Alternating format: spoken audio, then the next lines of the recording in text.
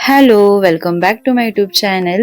So हम्पीमधला हा दिवस आहे दुसरा आणि हा पार्ट 2 आहे.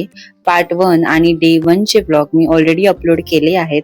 ते तुम्ही नसतील बघितले तर नक्की जाऊन बघा. आणि आता आम्ही आलो आहोत जनाना एन्क्लोजर मध्ये. सो इकडच्या काही फेमस गोष्टी आता आपण बघणार आहोत. आता आम्ही आलोय लोटस महलला. तर लोटस महल हा विजयनगर साम्राज्याच्या काळातील एक सुंदर महल आहे. त्याच्या वरच्या भागाची रचना कमळाच्या फुलासारखी असल्यामुळे त्याला लोटस महल असे नाव पडले. आणि हा महल राजघराण्यातील स्त्रियांच्या विश्रांतीसाठी वापरले जाणारे ठिकाण होते. तर हे आहे एलिफंट स्टेबल. हे विजयनगर साम्राज्याच्या शाही हत्तींना ठेवण्यासाठी बांधले गेलेले एक ऐतिहासिक आणि सुंदर ठिकाण आहे. इकडे टोटल 11 मोठे घुमट असलेले कक्ष आहेत, जे आजही हम्पीच्या मुख्य आकर्षणांपैकी एक आहे.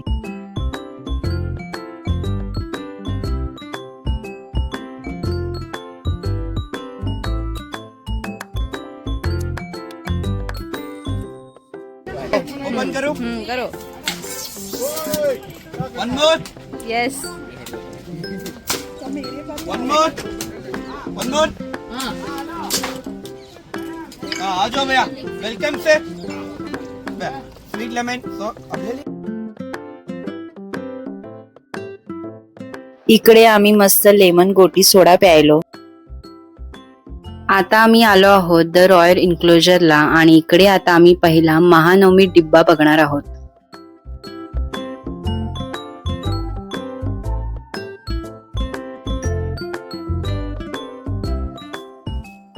ये स्टेज जैसा है.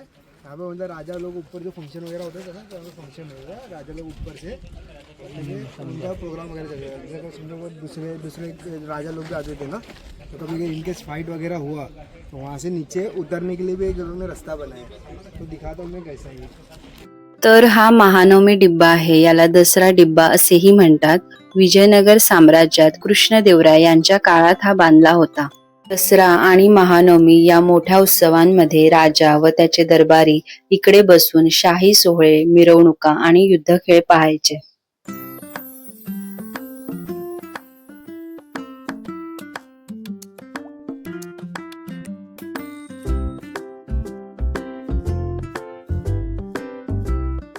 यावर घोडे, सैनिक, हत्ती आणि शिकारीची दृश्ये कोरलेली आहेत.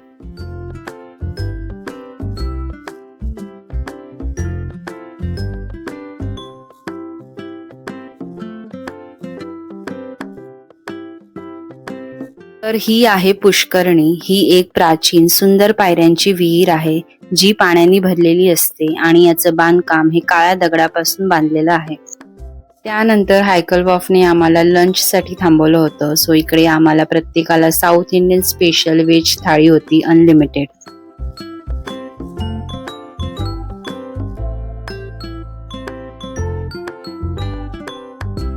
तर आता आम्ही आलो आहोत विरूपाक्ष मंदिरला. हे मंदिर हम्पीतील सर्वात प्रसिद्ध मंदिर आहे. विरूपाक्ष मंदिर भगवान विरूपाक्ष आणि त्यांची पत्नी देवी पंपा यांना समर्पित आहे. विरूपाक्ष यांना महादेव शंकराचं रूप देखील मानलं जातं.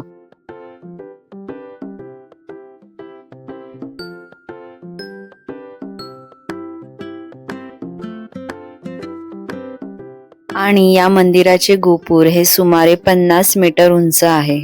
आणि या मंदिरात क्यूट हत्ती आहे, याला लक्ष्मी म्हणतात. या लक्ष्मीला बघायला खूप जणांची गर्दी असते. या लक्ष्मीच्या सोंडेत 10 रुपये ठेवले तरच ती आपल्याला आशीर्वाद देते. तुम्ही जर 20 रुपये ठेवले तर ती आशीर्वाद नाही देत.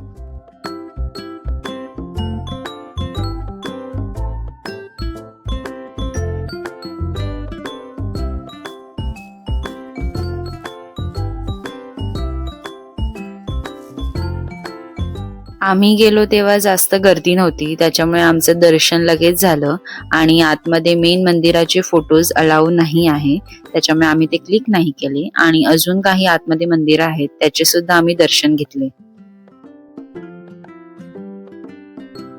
तर हे मंदिर केवळ धार्मिकच नाही तर शिल्पकला, वास्तुशास्त्र आणि इतिहासाच्या दृष्टीनेही अत्यंत महत्त्वाचे आहे.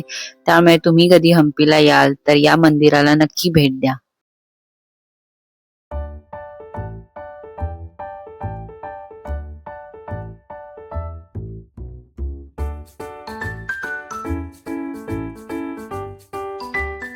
मंदिराच्या बाहेरच खूप मोठं असं मार्केट आहे, तिकडे आम्ही थोडी शॉपिंग केली आणि इकडे सगळ्याच गोष्टी खूप महाग मिळतात.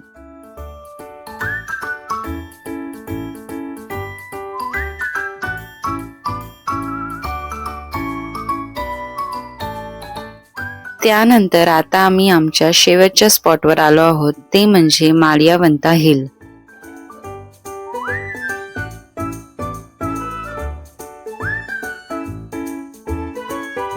या टेकडीवर रामायण काळात प्रभू श्रीराम आणि लक्ष्मण यांनी सीतेच्या शोधात असताना वास्तव्य केले होते अशी आख्यायिका आहे.